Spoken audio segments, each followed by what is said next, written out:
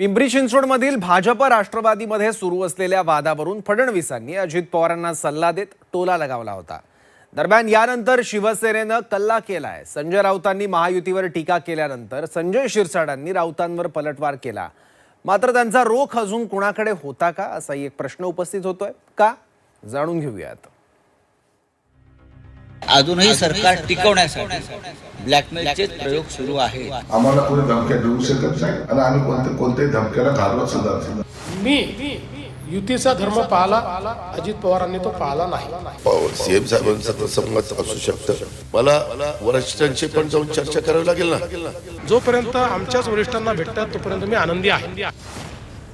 झी24 तासच्या to the point मधून पिंपरी चिंचवडमधील राष्ट्रवादी भाजपच्या वादावरून अजित पवारांनी थेट दिल्लीत जाण्याचे संकेत दिले होते।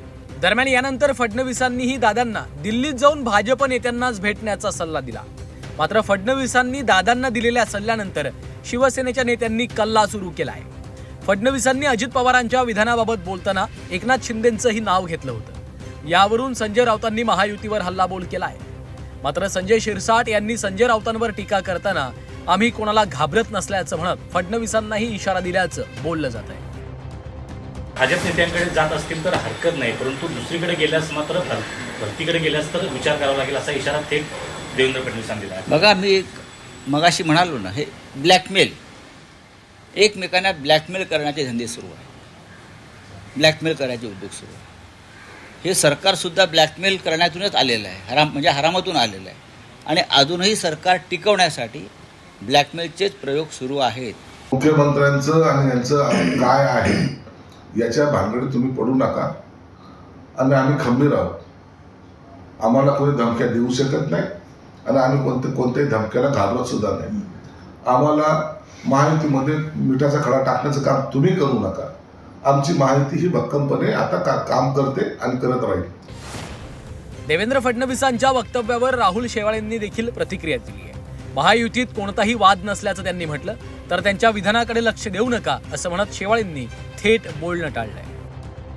नाही, असं काही नाही। त्यांनी या संदर्भातलं त्यांचं मत वक्तव्य केलेलं आहे आणि महायुतीत कुठेही कटुता नाही। माननीय मुख्यमंत्री देवेंद्र फडणवीस साहेब हे सर्वांना समन्वय साधून सामंजस्याने त्यांची भूमिका मांडत आहेत। आज मुंबईत पण महायुती झाली, ती माननीय देवेंद्र फडणवीस साहेब आणि उपमुख्यमंत्री एकनाथ शिंदे साहेब या दोघांच्या समन्वयाने झालेली आहे। त्यामुळे आपण या वक्तव्याकडे लक्ष देऊ नये।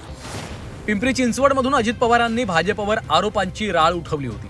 भाजपवर भ्रष्टाचाराचे गंभीर आरोप केले होते। दरम्यान यानंतर भाजपनं देखील त्यांच्यावर पलटवार केला होता। त्यामुळे भाजप राष्ट्रवादीमध्ये चांगलाच वाद पाहायला मिळाला। दरम्यान हाच वाद दिल्ली दरबारी पोहोचवणार असल्याचे संकेत दादांनी दिले होते। त्यानंतर फडणवीसांनीही दादांना दिलेला सल्ला चर्चेत होता।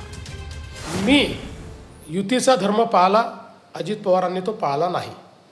ज्या प्रकारची वक्तव्य अजितदादांनी दिली ती योग्य आहे असं मला वाटत नाही, तरीही मी त्याचा प्रतिवाद केला नाही।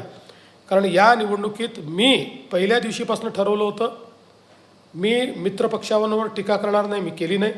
दुसरं मी ठरवलं होतं, कुठल्याच नेत्यावर टीका करणार नाही। मुंबईमध्ये केवळ उत्तरं मी देतो, मुंबईच्या बाहेर विकासाच्या पलीकडे मी काहीच बोलत नाही। मुंबईत विकासही बोलतो आणि उत्तरही देतो, कारण उत्तरं जर दिले नाही तर लोकांना आपण दुर्बल वाटतो, म्हणून उत्तरं देतो। त्यामुळे मी पाळलं आहे, त्यांनी पाळायला हवं होतं, नाही पाळलं। सीएम साहेबांचं तसं मत असू शकतं। मी 13 तारखेचं मतदान झाल्यावर मी त्यांच्याशी बोली। ते हे म्हणतात की युती धर्म पाळला नाही अजित पवारांनी। आम्ही बोलू ना, ते आमच्या दोघातला प्रश्न आहे ना। आम्ही सरकारमध्ये जात असताना आम्ही त्यांच्या वरिष्ठांशी चर्चा करून गेलेलो आहे। आम्ही काही खालच्यांशी चर्चा केली नाहीये। त्याच्यामुळं ज्यांच्याशी आम्ही चर्चा करून सहभागी झालो केंद्रात आणि राज्यात, त्यांच्याशी मी चर्चा करीन। म्हणजे फडणवीसांच्या वरिष्ठांशी? राज्यात फडणवीस आणि केंद्रातले प्रमुख यांच्याशी आम्ही चर्चा करू ना या सगळ्या विषयावरती की काय झालं। जर फडणवीसांनी जो मुद्दा उपस्थित केला, मी जर तुमच्याशी चर्चा करून ह्या प्रक्रियेमध्ये आलेलो असेल तर फडणवीसांशी चर्चा केल्यानंतर मला वरिष्ठांशी पण जाऊन चर्चा करावी लागेल ना।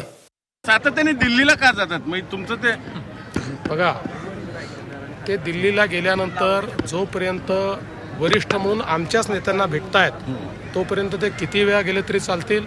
त्यांना गरज असली तर विमान देखील मी उपलब्ध करून देईल। तिकीटही काढून देईन, म्हणजे तसं ते माझ्यापेक्षा सक्षम आहेत, पण गरज पडली तर तेही काढून देईन मी. जोपर्यंत आमच्याच वरिष्ठांना भेटतात तोपर्यंत मी आनंदी आहे. भाजप राष्ट्रवादीच्या वादात फडणवीसांनी केलेल्या विधानानंतर शिवसेनेनं उडी घेतली. फडणवीसांनी अजित पवारांना सल्ला दिला, मात्र त्यानंतर शिवसेनेनंच कल्ला करायला सुरुवात केली आहे. ब्युरो रिपोर्ट, झी 24 तास.